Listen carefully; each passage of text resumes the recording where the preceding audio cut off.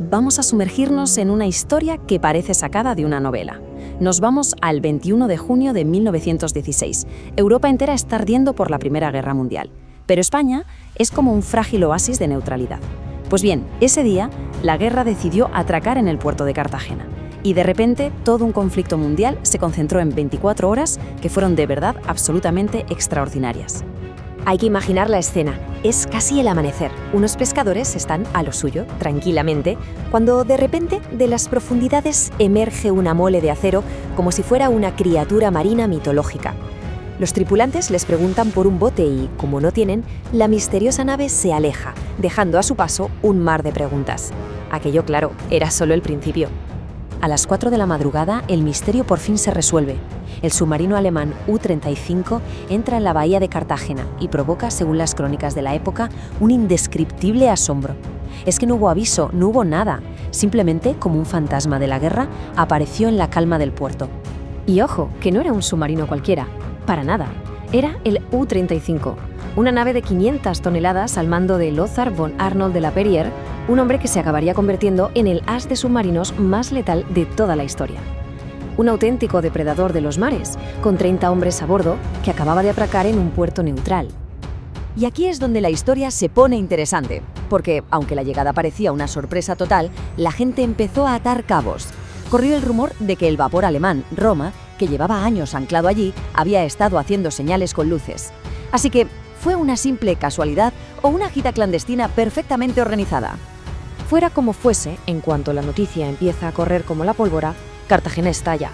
Y lo que podía haber sido un incidente diplomático de máxima tensión se convierte casi al instante en una celebración popular increíble, que dejaba ver las simpatías proalemanas de una parte de la sociedad española de la época. Es que la reacción fue masiva.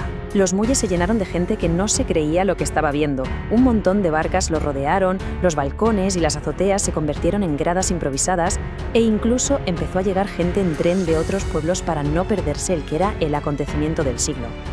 Y esta frase de una crónica de entonces lo resume todo a la perfección. Para la gente de Cartagena, acostumbrada a su rutina, aquello era algo de otro mundo. El ambiente no era de miedo ni de tensión, era de feria. Una fiesta popular montada alrededor de una máquina de guerra. Y el trato que recibieron fue increíblemente cálido. La tripulación desembarcó y paseó por la ciudad como si fueran celebridades. La colonia alemana que vivía allí les dio una bienvenida espectacular. Comida, dulces, hasta una lancha llena de flores. Se les vio tomando café tan tranquilos en plena calle Mayor. Pero bueno, mientras en la calle todo era una fiesta, en los despachos oficiales la tensión se podía cortar con un cuchillo. La presencia de un buque de guerra alemán en una España neutral obligaba a seguir un protocolo súper estricto y a medir cada paso con un cuidado exquisito. La coreografía diplomática fue milimétrica. Primero, el U-35 se amarró junto a sus compatriotas del Roma, pero inmediatamente las autoridades de Marina ordenaron que se moviera al costado del crucero español Cataluña. Y una vez allí, el saludo oficial, los 21 cañonazos de rigor, todo un acto solemne en medio del jaleo popular. Y aquí llega el giro de guión que lo cambia todo. Esto no era una simple escala técnica. El comandante, Arnaud de la Perriere, llevaba consigo una carta personal, escrita de puño y letra, nada más y nada menos que por el Kaiser Guillermo para el rey Alfonso XIII. Aquello era una misión diplomática del más alto nivel. Pero todo este drama, tanto la fiesta en la calle como el baile en los despachos, estaba gobernado por una regla de hierro del derecho internacional. El U-35 solo podía quedarse en aguas españolas 24 horas, ni un minuto más. El reloj ya corría en su contra. La urgencia era tan grande que la embajada alemana en Madrid no perdió ni un segundo. Fletaron un tren especial por la enorme suma de 6.500 pesetas, una auténtica fortuna en la época, para llevar a sus diplomáticos a Cartagena esa misma noche. La orden se dio a las 10 de la mañana y a las 11:30 el tren ya estaba en marcha.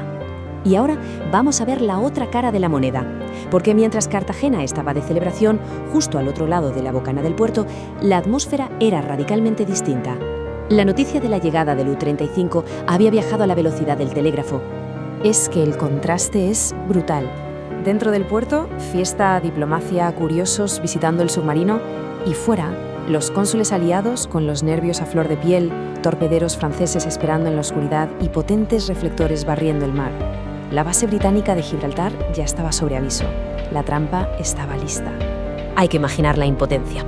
Como decía una crónica de entonces, para los mandos aliados aquello era un verdadero suplicio. Tener a tu enemigo, un objetivo de altísimo valor, a pocos metros, viendo cómo le agasajan y encima protegido por la neutralidad española, debía ser una frustración tremenda. Solo podían mirar y esperar su momento.